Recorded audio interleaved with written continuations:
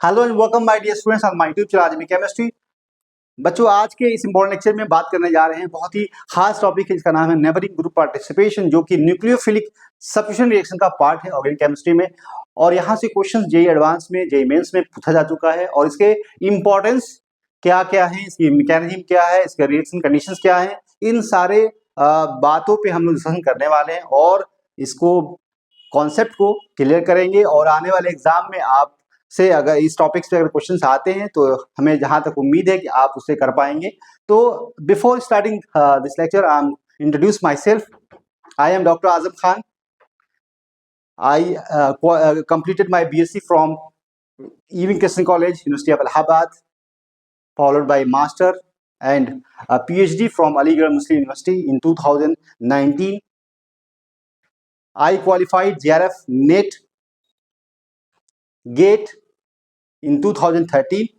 Currently, I am assistant professor in the Department of Chemistry, JD Islamia College, Siwan in Bihar. तो बेटा यहाँ पे जितनी भी बातें आज डिस्कस करेंगे जो आपको बहुत ही इनसे मदद मिलने वाली है। बेसिकली नेबरिंग ग्रुप पार्टिसिपेशन क्या है, इसको हम लोग सीखते हैं। ये न्यूक्लियोफिलिक सब्स्टिट्यूशन में रिएक्शंस को इन्फ्लुएंस डालता है, रेट को बढ़ा देता है और स्टोइकोकेमिस्ट्री भी चेंज कर सकता है, चेंज नहीं भी कर सकता, दोनों बातें होती है। तो हम लोग डिटेल में इस सेशन के अंदर इसके बारे में समझते हैं। चलिए स्टार्ट करते हैं। और यहाँ पे बेटा देखो इसके कुछ पॉइंट्स है जिसको पहले हम लोग पढ़ लेते हैं, फिर जानते हैं कि क्या है नेबरिंग ग्रुप पार्टिसिपेशन। क्या है कि आपको नाम से जाहिर हो रहा है कि नेबर मतलब पड़ोसी कोई है जो कि केमिकल जो रिएक्शंस है, न्यूक्लियोफिलिक जो सब्स्टिट्यूशन रिएक्शन है उस पे इन्फ्लुएंस डाल रहा है। तो that group is called neighbouring group that cause effect on substitution reactions.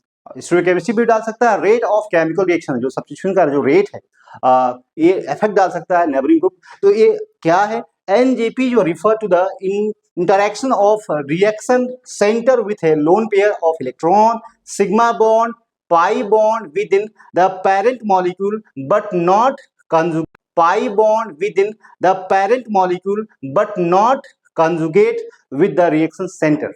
मतलब कि जो आपका, अगर हम यहाँ पे थोड़ा सा इसको थोड़ा समझा दे कि नेबरिंग ग्रुप पार्टिसिपेशन क्या होता है, कैसे इन्फ्लुएंस डालता है रिएक्शन में और कौन कौन ऐसे ग्रुप हैं जो कि इस रिएक्शन में पार्टिसिपेट कर सकते हैं बच्चों। तो यहाँ पे देखो बेटा, अगर हम कह दें कि यहाँ पे आपके पास यहाँ पे अगर X है और यहाँ पे कोई नेबरिंग ग्रुप अगर प्रेजेंट है, नेबरिंग ग्रुप पर जिसके पास लोन पेयर हो, पाई इलेक्ट्रॉन हो, यहाँ पे सारी बातें देखो मेंशन की है, लोन पेयर हो, उसके बाद सिग्मा बॉन्ड भी पार्टिसिपेट कर सकता है, पाई बॉन्ड भी कर सकता है with in the parent molecule, और तो इसको बोलते हैं नेबरिंग ग्रुप पार्टिसिपेशन। जो कि यहाँ पे अगर हम कहते हैं उसके पास एटलीस्ट वन लोन पेयर हो, पाई इलेक्ट्रॉन हो, सिग्मा इलेक्ट्रॉन, जो कि इसको यहाँ से रिएक्शन करेगा और SN2 अटैक करके इसको निकाल देगा और X माइनस बाहर निकल जाएगा। तो कहने का हमारा मतलब बेटा कि यहाँ पे जो है एक साइक्लिक जो है ट्रांजिशन स्टेट का फॉर्मेशन करेगा, जैसे एन नेबरिंग ग्रुप जो भी होगा यहाँ प्लस बनेगा। बाद में जो न्यूक्लियोफाइल अगर आपने यहाँ पे पहले से लिया है, मान लो कोई न्यूक्लियोफिलिक सब्स्टिट्यूशन कराना चाहते हो लेकिन इस कंपाउंड के अंदर एडजेसेंट कार्बन पे नेबरिंग ग्रुप प्रेजेंट है, मतलब जिसके पास पाई इलेक्ट्रॉन हो, लोन पेयर हो, सिग्मा बॉन्ड हो, जो पार्टिसिपेट कर सकता है नेबरिंग ग्रुप की तरह, और बेटा इसको अटैक यहाँ पे नहीं होने देता, उससे पहले ये अटैक कर देता है। दैट अटैक या कह सकते हो दैट कॉज या इसको इस पार्टिसिपेशन को बोलते हैं नेबरिंग ग्रुप पार्टिसिपेशन। और बेटा ये अटैक इसलिए फास्ट कर देता है क्योंकि यहाँ पे पता है ये नेगेटिव चार्ज है और यहाँ पे पॉजिटिव चार्ज है, न्यूक्लियोफाइल की तरफ काम करता है और यहाँ पे रिएक्शन शो करता है और यहाँ पे सब्स्टिट्यूशन रिएक्शन शो करता है। बाद में आपको इंटरमीडिएट साइक्लिक इंटरमीडिएट का फॉर्मेशन करता है, कार्बोकेटायन बनता है। यहाँ पे जो न्यूक्लियोफाइल है क्योंकि ये अटैक इस पे नहीं कर पाएगा साइड, अब यहाँ पे जो न्यूक्लियोफाइल है ये या तो यहाँ अटैक कर सकता है या तो यहाँ अटैक कर सकता है। रिटेंशन ऑफ कन्फिग्रेशन हो सकता है या इन्वर्जन ऑफ कन्फिग्रेशन हो सकता है, डिपेंड करेगा। अगर इस साइड से अटैक हुआ है, इसके जस्ट अपोजिट साइड से अटैक होता है अगर न्यूक्लियोफाइल का, तो वहां पे रिटेंशन ऑफ कन्फिग्रेशन होता है। अगर हम बोले कि यहाँ से इसके जैसे यहाँ पे बना, अगर इस साइड से अटैक करता है, यहाँ से अटैक करेगा तो यहाँ पे क्या होगा, रिंग ओपन हो जाएगी इस तरह से, और बेटा यहाँ पे जो फॉर्मेशन होगा इस तरह से न्यूक्लियोफाइल हो जाएगा और ये आपका नेबरिंग ग्रुप जो होगा, नेबरिंग ग्रुप होगा जिसका लोन पेयर हो, पाई इलेक्ट्रॉन हो या सिग्मा इलेक्ट्रॉन भी पार्टिसिपेट कर सकता है। तो हम कह सकते हैं कि ये ग्रुप जो है एक दूसरे के ट्रांस होंगे। लेकिन बेटा अगर यहाँ पे अगर सेम साइड से अटैक करता है तो रिटेंशन ऑफ कन्फिग्रेशन, यहाँ पे देखे ओवरऑल जो यहाँ पे जो कन्फिग्रेशन थी वो रिटेन होगी, यहाँ पे कह सकते हैं रिटेंशन ऑफ कन्फिग्रेशन। तो मोस्टली जो है जो आपकी रिएक्शन होती है नेबरिंग ग्रुप पार्टिसिपेशन मैकेनिज्म जो होती है, तो वहां पे रिटेंशन ऑफ कन्फिग्रेशन होता है। क्या होता है? रिटेंशन ऑफ कन्फिग्रेशन होता है, क्योंकि यहाँ पे कन्फिग्रेशन रिटेन कर जाती है। जो कन्फिग्रेशन होता है यहाँ पे SN2 अगर हम कहें तो यहाँ पे जो न्यूक्लियोफाइल अटैक कर रहा है, कहाँ से करेगा? न्यूक्लियोफाइल बेटा SN2 अटैक करेगा, और यहाँ पे हम के एक बार SN2 यहाँ होगा, एक बार इसका SN2 अटैक हो रहा है यहाँ पे। इस तरह से हम कह सकते हैं कि 2 बार SN2 रिएक्शन हो रही है, और यहाँ पे ओवरऑल रिटेंशन ऑफ कन्फिग्रेशन होता है वाया द कार्बोकेटायन फॉर्मेशन। यहाँ पे कार्बोनिक साइक्लोप्रोपेन 3 मेंबर रिंग का फॉर्मेशन हो सकता है। यहाँ पे डिपेंड करता है, मतलब साइक्लिक इंटरमीडिएट का फॉर्मेशन होता है, कार्बोकेटायन का फॉर्मेशन होता है। ठीक है, तो इतनी सारी बातें अबाउट नेबरिंग ग्रुप पार्टिसिपेशन, जो कि नेबर फंक्शनल ग्रुप हो सकता है, जो के पास lone pair pi electron sigma electron, all of these functional group participate in the as a neighbouring group, और रेट जो होती है न्यूक्लियोफिलिज्म बढ़ा सकता है। तो ये सारी बातें थोड़ा सा हम आगे देखते हैं डिटेल में।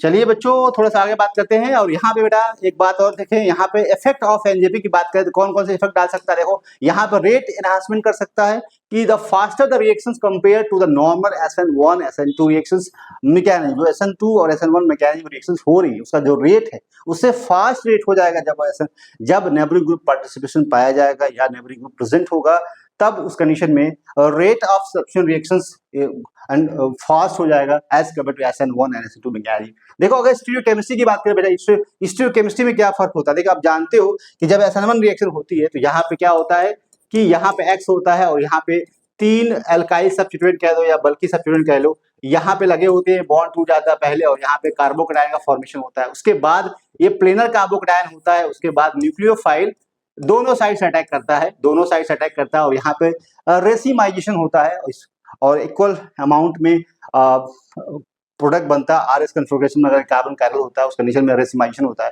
लेकिन अगर SN2 रिएक्शन होती है, यहाँ पे बल्किनेस कम होते हैं, छोटे छोटे एटम या ग्रुप लगे होते हैं, उस कंडीशन में यहाँ जो बॉन्ड होता है न्यूक्लियोफाइल क्या होता है, बैक साइड से अटैक करता है और ये निकल जाता है। उस कंडीशन में ट्रांजिशन स्टेट का फॉर्मेशन होता है, फाइनली ट्रांजिशन डिकम्पोज करती है, तो यहाँ पे इन्वर्जन ऑफ कन्फिग्रेशन होता है। क्या होता है? यहाँ से इनकमिंग न्यूक्लियोफाइल होता है, और यहाँ पे H या स्मॉल साइज, तो यहाँ पे जो कन्फिग्रेशन होती है उसका जस्ट रिवर्स कन्फिग्रेशन, उसको हम बोलते हैं इन्वर्जन ऑफ कन्फिग्रेशन। और यहाँ बेटा रेसिमाइजेशन होता है, दोनों प्रोडक्ट बनता है, क्योंकि यहाँ जो प्लेन है कार्बोकेटायन का, जो प्लेनर कार्बोकेटायन है और न्यूक्लियोफाइल के पास दोनों जो है फेस एक जैसा, इसलिए दोनों साइड से प्रोडक्ट इक्वल अमाउंट बनता है, हम बोलते हैं कि रेसिमाइजेशन। ऑप्टिकली इनएक्टिव कंपाउंड होता है यहाँ पे। तो ये दो बातें हम लोगों ने पढ़ रखी है पहले से ही। तो क्या कहते हैं, हिस्टोकेमिकल इन्फ्लुएंस डाल सकता है, can lead to the retention या inversion of configuration due to the intermediate formation, तो दोनों बात हो सकती है। फॉर्मेशन ऑफ साइक्लिक इंटरमीडिएट में बताया कि साइक्लिक इंटरमीडिएट का फॉर्मेशन होता है। एग्जाम्पल बताए हेलोनियम, अगर हेलोजन प्रेजेंट है एज ए नेबरिंग ग्रुप, वहां पे हेलोनियम आयन का फॉर्मेशन होगा। इपॉक्सीनियम का ऑक्सीजन प्रेजेंट है तो इपॉक्सीनियम आयन का फॉर्मेशन होगा। अगर सल्फर प्रेजेंट है तो थायोनियम आयन का फॉर्मेशन होगा। स्टेबलाइज द ट्रांजिशन स्टेट, बात समझ आ रही है? जैसे हमारा हम कह दें कि यहाँ एज ए नेबरिंग ग्रुप, यहाँ कह दें X है, यहाँ पे प्लस और यहाँ माइनस है बेटा, और यहाँ नेबरिंग ग्रुप की जगह पे कहते हैं यहाँ पे हाइड्रोजन है, यहाँ सल्फर है, यहाँ पे OH है। तो ये सारे अगर ग्रुप प्रेजेंट होंगे बेटा, तो यहाँ पे हम कह रहे हैं यहाँ पे X होगा अगर, तो हम इसको बोलेंगे कि यहाँ पे जो X है नेगेटिव है, प्लस है, जो भी लिविंग ग्रुप है यहाँ पे क्या है, अगर हम इसको हम कह दें लिविंग ग्रुप है, जो निकलने वाला है बेटा, लिविंग ग्रुप कुछ भी हो सकता है, हाइड्रोजन का बॉन्ड हो सकता है, ऑक्सीजन के जो है बहुत सारे लिविंग ग्रुप होते हैं, OTS हो सकता है यहाँ पे। तो कहने यहाँ लिविंग ग्रुप बराबर लिख सकते हो आप, OTS लिख सकते हो, MTS लिख सकते हो, या जो भी है, ठीक है। तो आप कहने का मतलब ये निकलना चाहता है, और ये आपका जो लोन पेयर इसके पास ये अटैक करेगा, इस तरह से आपको यहाँ पे X पे प्लस बन जाएगा। तो इस तरह से इंटरमीडिएट का हेलोनियम आयन का फॉर्मेशन होगा, जाती है इंटरमीडिएट। ऑक्सीजन अगर as a neighbouring group participate करेगा तो यहाँ पे इपॉक्सीनियम आयन का फॉर्मेशन होगा। सल्फर अगर होगा तो थायोनियम का फॉर्मेशन होगा। तो जो है that stabilise the transition state. Okay, अब ध्यान दो बेटा, यहाँ पे दूसरी बात है कि common in carbocation SN2 reaction होती है, seen in the nucleophilic substitution elimination and rearrangement reactions. जो डाइएल्डर रिएक्शन होता है 1,3 साइक्लोडाइन, यहाँ पे 1,3 साइक्लोडाइन जो होता है यहाँ पे इस तरह से, और इसके साथ ये रिएक्शन होती है बेटा, तो इस तरह से यहाँ पे रिएक्शन होती है, इसको बोलते हैं डाइएल्डर रिएक्शन यहाँ पे, और साइक्लिक प्रोडक्ट का फॉर्मेशन होते हैं, यहाँ डबल बॉन्ड आ जाता है। तो इस तरह के रिएक्शन में भी जो है आपको देखा गया है, ठीक है। चलिए हम लोग आगे बढ़ते हैं बेटा, कुछ रिएक्शन, कुछ मैकेनिज्म देखते हैं, कुछ रिएक्शन देखते हैं। यहाँ पे अगर हम बात करें कि इंटरमॉलिक्यूलर SN2 रिएक्शन होता है, एक इंट्रामॉलिक्यूलर होता है। इंटरमॉलिक्यूलर का मतलब है दो मॉलिक्यूल के बीच में अगर रिएक्शन हो रही है तो हम उसको बोलते हैं न्यूक्लियोसिस। अगर हम बात करें बेटा कि यहाँ पे अगर ध्यान देना, यहाँ पे अगर कोई कंपाउंड है, यहाँ पे X है और यहाँ पे आपको न्यूक्लियोफाइल के पास लोन पेयर है, जो भी ग्रुप है जिसके पास लोन पेयर हो आसानी से यहाँ अटैक कर सकता है यहाँ पे, और यहाँ पे इस तरह से न्यूक्लियोफाइल और इस तरह से बन सकता है। तो इस तरह का जब अटैक होगा इसको बोलते हैं इंट्रामोलिकुलर न्यूक्लियोफिलिक सब्स्टिट्यूशन रिएक्शन, जो कि बैक साइड से अटैक करोगा, ये एक दूसरे के एंटी पेरिप्लेनर है, एक दूसरे अपोजिट डायरेक्शन में है, और यहाँ पे अटैक होगा जो SN2 टाइप का अटैक होगा, और यहाँ पे जो फॉर्मेशन होगा यहाँ पे साइक्लिक इंटरमीडिएट का फॉर्मेशन होगा। बाद में अगर न्यूक्लियोफाइल आपने दिया तो ये अटैक करेगा और यहाँ पे रिटेंशन ऑफ कन्फिगरेशन हो सकता है, इन्वर्जन ऑफ कन्फिगरेशन हो सकता है, लेकिन मोस्टली रिटेंशन ऑफ कन्फिगरेशन होता है। तो बेटा इस तरह से होता है। तो हमारा कहने का मतलब है कि जो है प्रोटोनेटेड, यहाँ पे जो एग्जाम्पल दिया हो बेटा, देखो यहाँ पे अगर हम बात करें, ध्यान दीजिए, यहाँ पे एग्जाम्पल दिया है कि यहाँ पे बेटा दिया है एग्जाम्पल में कि protonated OH displaced by the bromine forming, देखो यहाँ पे दिया है एग्जाम्पल दिया हुआ है, इसमें बेटा थ्रियो दो फॉर्म है, थ्रियो इरेथ्रा दो फॉर्म होती है। यहाँ पे अगर देखें तो यहाँ पे OH और ब्रोमीन जो है एक दूसरे के एंटी पेरिप्लेनर कंडीशन में, दोनों एक दूसरे के ट्रांस कंडीशन में है।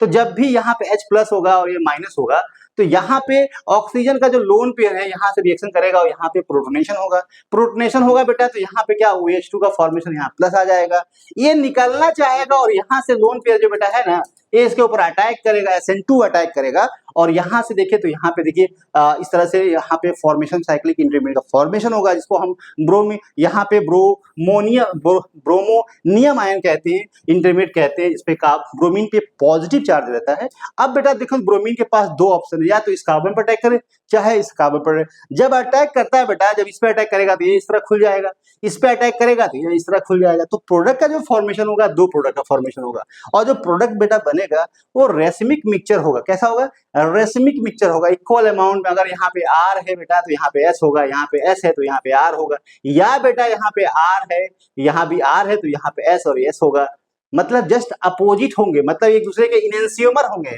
रेसिमिक मिक्सचर है मतलब एक दूसरे के मिरर इमेज है। क्या है? मिरर इमेज है, और एक दूसरे के यहाँ पे कह सकते हैं कि अगर यहाँ R है तो यहाँ पे S होगा, यहाँ पे S है तो यहाँ R होगा, यहाँ R है तो यहाँ SS होगा।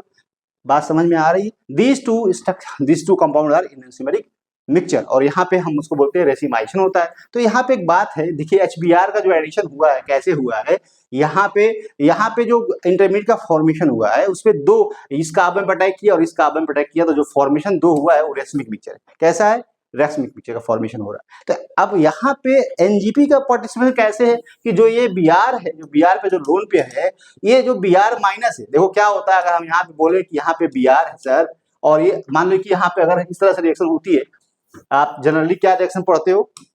आप जनरली रिएक्शन पढ़ते हो सर, यहाँ पे अगर OH है, जब H+ के साथ रिएक्शन कराएंगे तो यहाँ पे क्या होता है? प्रोटोनेशन हो जाता है, और प्रोटोनेशन के बाद बेटा क्या होता है? यहाँ पे OH2 का प्लस हो जाएगा और यहाँ से H+ निकल जाएगा और यहाँ पे फॉर्मेशन कार्बोकेटायन का हो जाता है। बाद में क्या होता है, जो अगर मान लो कि रिएक्शन में अगर कोई न्यूक्लियोफाइल लिया, मान लो Br ले लिया इसी रिएक्शन को, तो हम कहेंगे Br यहाँ अटैक कर देगा, या तो एलिमिनेशन है या तो सब्स्टिट्यूशन रिएक्शन होगा और यहाँ पे Br रिएक्शन कर जाएगा, ये प्रोडक्ट का फॉर्मेशन हो जाएगा। लेकिन बेटा यहाँ पे जो Br है, यहाँ का Br अटैक कर रहा है, न कि यहाँ का Br यहाँ अटैक कर रहा है।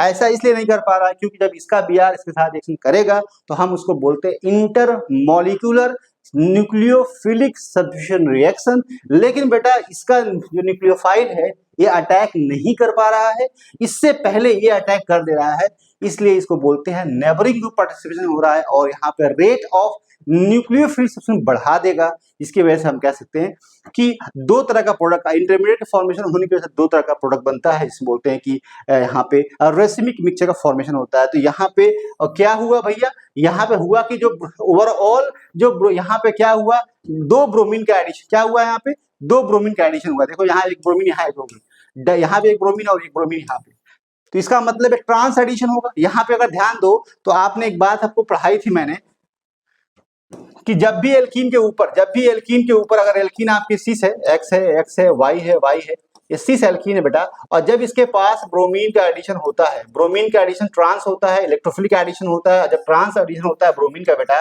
तो यहाँ पे जो प्रोडक्ट बनता है, यहाँ पे जो प्रोडक्ट बनता है इस तरह से, यहाँ पे ऐसे बनेगा बेटा, और ये बिलो द प्लेन होगा।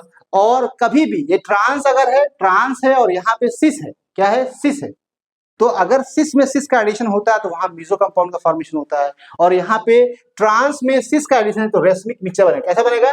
रेसिमिक मिक्सचर बनेगा। मतलब अगर यहाँ पे आर आर बन रहा है तो यहाँ पे एस एस बनेगा, एस आर बन रहा है तो यहाँ आर एस बनेगा, या बेटा यहाँ पे एस एस बन रहा है तो यहाँ आर आर बनेगा। कहने का मतलब है कि जब भी सिस में ट्रांस का एडिशन होगा, इसका एडिशन ट्रांस होता है, उस कंडीशन में रेसिमाइजेशन होता है। लेकिन बेटा एक बात ध्यान रखना, जब भी ये सिस अगर होता है, ट्रांस होता है, एक्स एक्स है, वाई वाई है, जब इसमें Br2 का एडिशन होगा तो Br2 का एडिशन ट्रांस होता है, इसका सिस है, और जब एडिशन सिस का ट्रांस में होगा बेटा, ट्रांस का ट्रांस में एडिशन होता है तो यहाँ पे बनता है मीजो कंपाउंड। मीजो कंपाउंड ऐसा कंपाउंड होता है, अगर हम कह दे एक्स एक्स है, या यहाँ पे हम कह दे वाई वाई है, और यहाँ पे हम कह दे जेड जेड है, तो इस प्लेन से मॉलिक्यूल को दो हिस्सों में बांटा जा सकता है, और यहाँ पे मॉलिक्यूल शो करता है ऑप्टिकल रोटेशन इनएक्टिव होता है।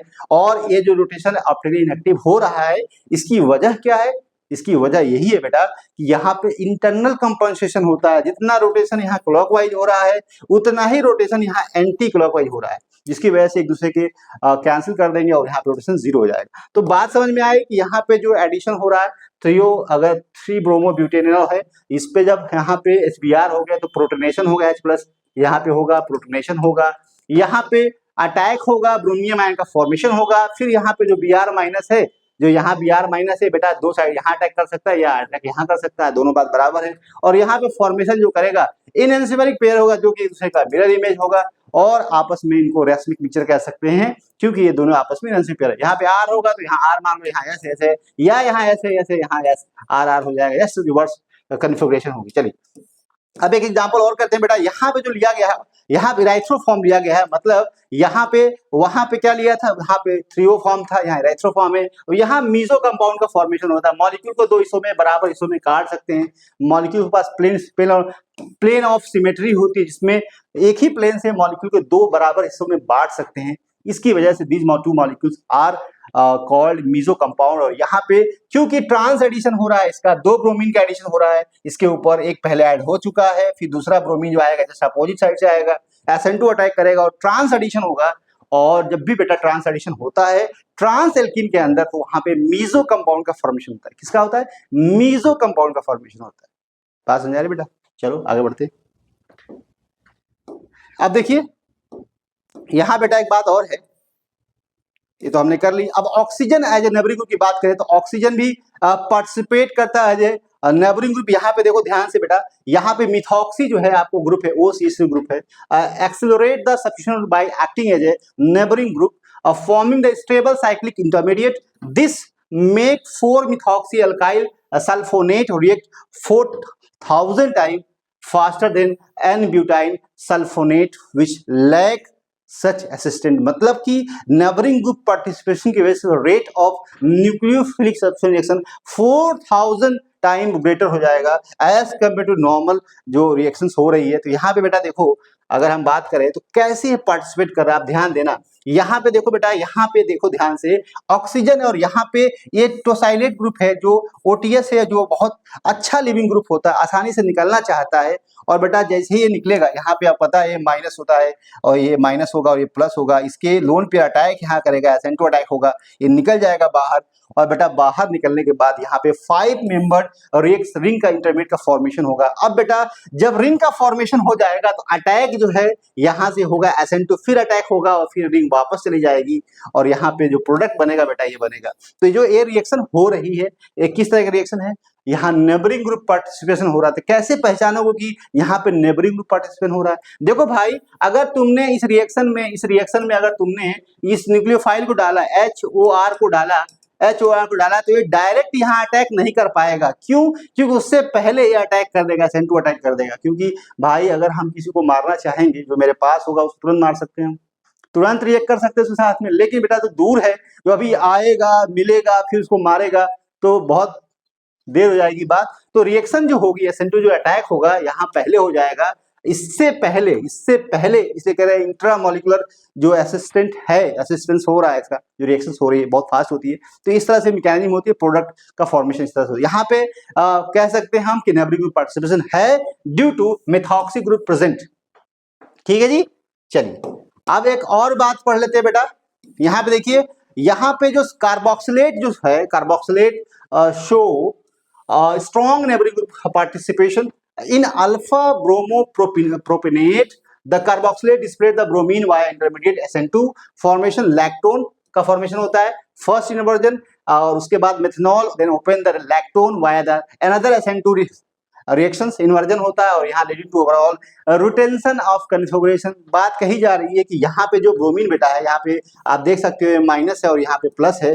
कार्बोक्सिलेट आयन सामने पर नेगेटिव चार्ज यहाँ अटैक करेगा, SN2 अटैक करेगा, बैक साइड से अटैक, और इन दोनों का जो साइड है अपोजिट साइड में है, एंटी पेरीप्लेनर कंडीशन में है, SN2 अटैक होगा और यहाँ पे ब्रोमीन आयन बाहर निकलेगा, उस साइक्लिक इनहिबिटर का फॉर्मेशन होगा, फिर से दोबारा अटैक होगा, यहाँ पे दोबारा वापस में खुलेगा, ये भी SN2 रिएक्शन है, और ओवरऑल रिटेंशन ऑफ कन्फिग्रेशन होगा। जहां से ब्रोमीन निकला है ब्रोमाइड आयन, वहीं पे जाके मिथॉक्सी ग्रुप जुड़ रहा है, तो यहाँ पे हम कह सकते हैं कि जो कन्फिग्रेशन यहाँ पे है वो कन्फिग्रेशन रिटेन होगी। देख सकते हो यहाँ पे कन्फिग्रेशन अगर हम बात करें तो यहाँ पे fourth position above the plane है, यहाँ पे आपकी कौन सी पोजीशन है, तो यहाँ पे निकालने की जरूरत है, बहुत वक्त लग जाएगा। तो यहाँ पे जो भी कन्फिग्रेशन है, जो यहाँ पे अगर R होगा तो यहाँ पे R होगा, यहाँ पे S होगा तो यहाँ पे S होगा, क्योंकि कन्फिग्रेशन रिटेन हो रही है। लेकिन बेटा यहाँ पे इन्वर्जन हुआ है, फिर एक बार और इन्वर्जन हुआ है, तब जाकर रिटेंशन ऑफ कन्फिग्रेशन हो। ठीक है, चलिए अब देखो बेटा, अगर हम बात करें सल्फर जो है प्रेजेंट अगर होता है मॉलिक्यूल में, तो वहां पे भी पार्टिसिपेट कर सकता है एज ए नेबरिंग ग्रुप। यहाँ पे देख सकते हैं रिएक्शन में शो किया हुआ है कि सल्फर जब प्रेजेंट है तो यहाँ पे SN2 अटैक होगा, यहाँ पे SN2 अटैक होगा, intra molecular SN2 nucleophilic substitution होगा, और यहाँ पे स्क्लोराइड आयन बाहर निकलेगा, इंटरमीडिएट का फॉर्मेशन होगा, इसको 3 मेंबर रिंग इंटरमीडिएट, जिसको हम सल्फोनियम आयन बोलते हैं। क्या बोलते हैं इसको? सल्फोनियम आयन बोलते हैं। अब बेटा इसके ऊपर क्या होगा, जो वाटर है अटैक यहाँ से कर सकता है या यहाँ से करता है, और रिंग ओपन कर सकता है इधर से और इधर से, फाइनल प्रोडक्ट का फॉर्मेशन आपको यही मिलने वाला है। तो यहाँ पे कह सकते हैं कि यहाँ पे ओवरऑल रिटेंशन ऑफ कन्फिग्रेशन, अगर आपको यहाँ पे स्टोइकोकेमिस्ट्री अगर रहती है तो यहाँ पे रिटेंशन ऑफ कन्फिग्रेशन होगा, लेकिन यहाँ पे आप कह सकते हैं कि नेबरिंग ग्रुप पार्टिसिपेशन कर रहा है ऑफ सल्फर आइटम। ठीक है, तो इस तरह से रिएक्शन होती है नेबरिंग ग्रुप पार्टिसिपेशन की। चलिए अब देखो यहाँ पे भी कुछ एग्जांपल है, यहाँ पे देख सकते हैं कि यहाँ पे सल्फर जो provide strong neighbouring group participation in solubility unlike the oxygen. यहाँ पे ऑक्सीजन के कंपैरिजन में बात करें सल्फर कमी, तो ऑक्सीजन और सल्फर में आपका सल्फर जो है ज्यादा पार्टिसिपेट करता है, फास्ट करता है रिएक्शन न्यूक्लियोफिलिक, क्योंकि यहाँ पे कह सकते हैं कि सल्फर का जो पेयर ऑफ इलेक्ट्रॉन है आसानी से न्यूक्लियोफिलिसिटी ज्यादा होती है as compare to oxygen atom, और यहाँ पे this is evident from the faster hydrolysis rate of sulphur substitute alkyl chloride. मतलब कहने का मतलब जब इसकी रिएक्शन होती है तो वाटर से, और यहाँ पे अगर सल्फर का जो कंपाउंड है जो भी है उसके साथ जब रिएक्शन होती है, एसिड के साथ अगर कोई रिएक्शन हो रही है, तो उस कंडीशन में बेटा जो क्या हो रहा है कि यहाँ पे इसके साथ जो रिएक्शन है इसका फास्ट होता है। अगर यहाँ पे यहाँ पे अगर सल्फर लेते हैं, यहाँ पे सल्फर या यहाँ ऑक्सीजन लेते हैं, तो नेबरिंग पार्टिसिपेंट में फास्ट करता है इसके रिस्पेक्ट में, तो हम कह सकते हैं जो हाइड्रोलिसिस रिएक्शन हो रही है उसमें हम कह सकते हैं सल्फर जो है ज्यादा जो है शो करता है neighbouring group as compare to oxygen. इसकी वजह यही है कि sulphur more nucleophilic as compare to oxygen, इसलिए हो सकता है। और क्या है, ठीक है। अब देखो यहाँ पे एक और बात है बेटा, कार्बन कार्बन जो डबल बॉन्ड है, कार्बन कार्बन डबल बॉन्ड है also participate in neighbouring group. यहाँ देखिए यहाँ पे डबल बॉन्ड जो प्रेजेंट है जस्ट इसके अपोजिट साइड में, तो यहाँ पे पार्टिसिपेट कर सकता है, और यहाँ पे सिस में है तो यहाँ पार्टिसिपेट नहीं कर पाएगा, क्योंकि नेबरिंग ग्रुप पार्टिसिपेशन में क्या कंडीशन होनी चाहिए बेटा कि जो नेबरिंग ग्रुप है, यहाँ पे जो नेबरिंग ग्रुप है जो लिविंग ग्रुप के जस्ट अपोजिट होना चाहिए, एंटी पेरीप्लेनर कंडीशन होना चाहिए, दोनों ग्रुप एक दूसरे के अपोजिट होना चाहिए, लेकिन पेरीप्लेनर होना चाहिए, उन दोनों का प्लेन एक ही होना चाहिए। बात समझ आ रही है, तभी रिएक्शन पॉसिबल है। यहाँ पे प्लेन एक नहीं है, प्लेन नहीं है, तो यहाँ पे स्लो हो जाएगा, होगा तो कार्बोक्सिलेट का फॉर्मेशन होगा, फिर यहाँ पे इसका अटैक होगा, और यहाँ पे तो डबल बॉन्ड नहीं है तो यहाँ नेबरिंग ग्रुप पार्टिसिपेट नहीं होगा। इसलिए रेट ऑफ जो न्यूक्लियोफिलिक सब्स्टिट्यूशन होए, या आप ये कह सकते हैं कि जो रिएक्शन हो रही है यहाँ पे देखो इधर जाने पे घट रही है, इधर जाने पे क्या हो रही है, बढ़ रही है। Rate of nucleophilic substitution reaction इधर जाने पे बढ़ रही है, तो इसकी वजह क्या है कि डबल बॉन्ड जैसे अपोजिट साइड में है, यहाँ पे अटैक होगा, नेबरिंग ग्रुप पार्टिसिपेशन होगा, और यहाँ पे जस्ट अपोजिट साइड में है और यहाँ पे सिस कंडीशन में है, तो यहाँ पे पार्टिसिपेंट तो होगा लेकिन इतना नहीं होगा जितना यहाँ पे होगा, और यहाँ पे बिल्कुल डबल बॉन्ड नहीं है, तो यहाँ पे पार्टिसिपेशन नेबरिंग ग्रुप नहीं होने की वजह से रेट ऑफ न्यूक्लियर सब्स्टिट्यूशन दोनों से कम होगा। किससे होगा? दोनों से कम होगा। चलिए अब बेटा एक बात और देख लीजिए यहाँ पे,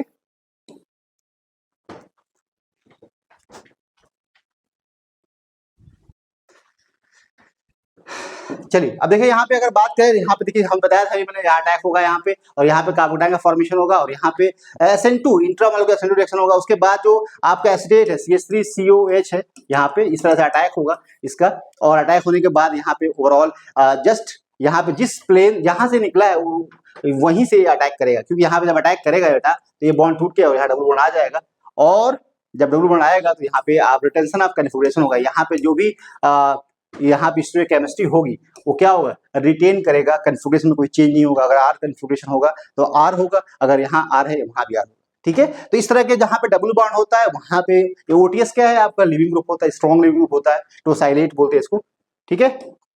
चलिए अब यहाँ पे एक बात देखिए, पाई इलेक्ट्रॉन का परसेंटेज, एरोमेटिक जो पाई इलेक्ट्रॉन्स होता है बेटा, एरोमेटिक रिंग में जो पाई इलेक्ट्रॉन्स होता है बीटा पोजीशन पे enhance the neighbouring group participations, और इन थ्रीओ जो भी एक कंपाउंड दिया हुआ है यहाँ पे देखिए ओटीएस है, यहाँ पे नेगेटिव है और यहाँ पे प्लस है। ये क्या होता है, ओटीएस गुड लिविंग ग्रुप होता है, एक लिविंग ग्रुप होता है, जो कि यहाँ पे अगर देखें कार्बन ऑक्सीजन का बॉन्ड की बात करें तो पोलैरिटी इस तरह है, और यहाँ पे माइनस और यहाँ पे प्लस है, तो पाई इलेक्ट्रॉन यहाँ पार्टिसिपेट करेगा नेबरिंग ग्रुप, और यहाँ पे बेटा इंटरमीडिएट का फॉर्मेशन करेगा, और यहाँ पे रेसिमिक पिक्चर का फॉर्मेशन होगा। क्या होगा, जब यहाँ अटैक करेगा बेटा तो यहाँ पे आप कह सकते हो कार्बन कार्बन, और यहाँ पे आपको इससे क्या होगा, यहाँ पे आप बेटा जब यहाँ रिएक्शन होगी तो इससे यहाँ बॉन्ड बनेगा, यहाँ प्लस बन जाएगा, और जब यहाँ प्लस 3 मेंबर का फॉर्मेशन होगा यहाँ पे इस तरह से फॉर्मेशन होगा, यहाँ प्लस बन जाएगा, और बेटा जब अटैक होगा, जब ये निकल जाएगा बाहर तो जो ACOH है बेटा ये फिर अटैक यहाँ करेगा, और ये वाला बॉन्ड टूट के फिर यहाँ चला जाएगा। तो यहाँ पे कह सकते हैं कि रिटेंशन ऑफ कन्फिगरेशन होगा। यहाँ पे दो तरीके का प्रोडक्ट बन सकता है, यहाँ पे रेसिमिक मिक्सचर बन सकता है, यहाँ पे